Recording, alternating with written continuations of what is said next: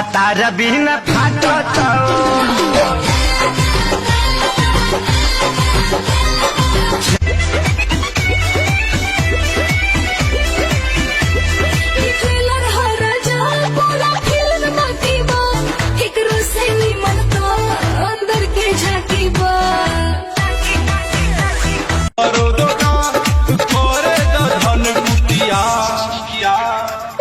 खोला 10 रुपया चाहे चोली खोला 10 रुपया हर एक वाला 10 रुपया ऐसे नहीं देखना मखना रे मेरा बदन रे छोरा छी छोरा तू लगता है रखना हमसे कहाँ बितवलो ना कि रतिया कहाँ बितवलो ना कहाँ बितवलो ना कि रतिया कहाँ बितवलो दादा लॉकडाउन खुलिया कब जी अरे कब जी अरे कब जी अरे कबो ना जी हमर मौगी खेलत दिया पबजी हम तो दुनू बेरा कटानी अंजाम मिला मुझको ये आँख लड़ाई का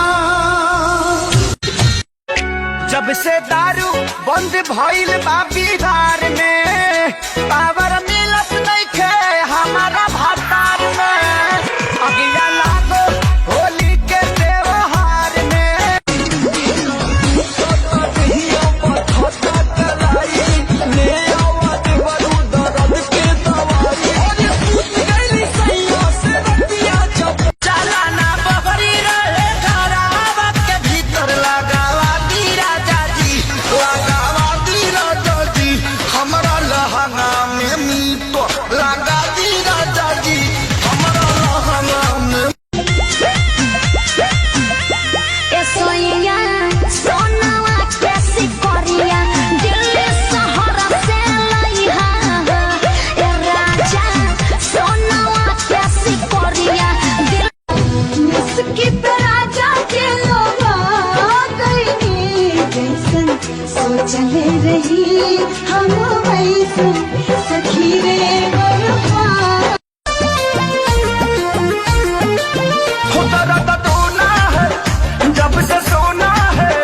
जाके सबक को गिफ्ट ये अनोखा दिया है अंगना में देहिया टूटा था मकई के नवा जैसे फूटा था ये जी